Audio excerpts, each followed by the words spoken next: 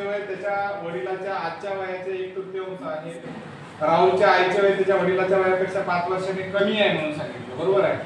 राहुलचे आजच्या वय 13 वर्ष असल्यास राहुलच्या आईचे आणि त्यांच्या जन्माच्या वेळी त्याचे वय किती. आता त्याच्या जन्माच्या वेळी सांगितला. प्रश्न कॉम्प्लिकेटेड येथून गेला. आईपर्यंत विचारला असतं तर कळलं असतं. ते जन्माला कधी हे विचारलं, आईचं काढायचं सांगितलं, पुन्हा आपल्याला जावं लागेल की तो किती वर्षांना नाही का आताचं वय त्याचं देऊन ठेवलं. आता बघा समीकरण कसं मांडतात. कोण कोण दिलेलं आहे. एक दिलेला आहे राहुल. ठीक आहे. कोण दिलं? राहुल. त्याच्यानंतर त्याचे वडील दिले आणि त्याच्यानंतर त्याची आई. आता कल्पना करा की ही कशा पद्धतीने समीकरण.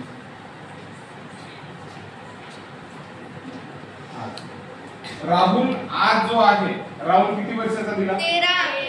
13 वर्षाचा राहुल आज दिलेला. आजच्या कॉलम मध्ये 13 वर्ष आहे.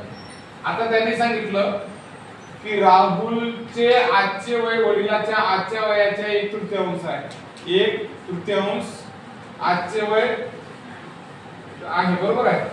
आता 1/3 म्हणल्याच्या नंतर मला काय करावं लागेल बाबांनो की हे जर 1/3 बनत असेल, एखाद्या x ला 1/3 जर केला आपण, ठीक आहे, तर आपल्याला नाही का या 3 ने नाही का काय करावं लागेल. समजा मला काय म्हणावं लागेल की इथं या 13 ला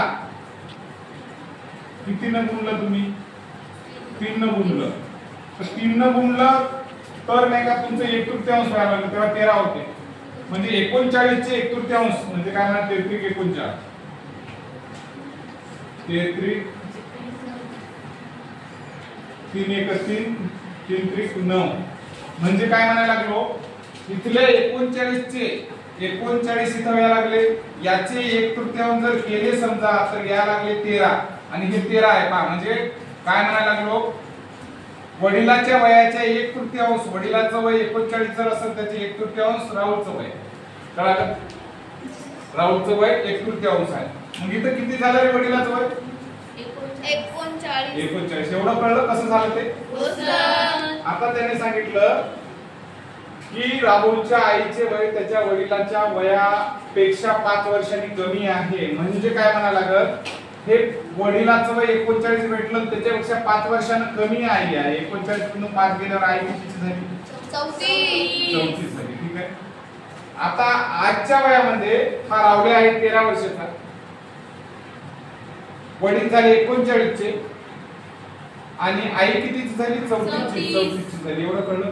आता त्यांनी काही वेळा त्याच्या जन्माच्या वेळी म्हणजे राहुल्याच्या जन्माच्या वेळी जन्माच्या वेळी काय असल्यास राहुलच्या आईचे त्याच्या जन्माच्या वेळी वय किती असेल, कोणाचं आईचं वय विचारलं.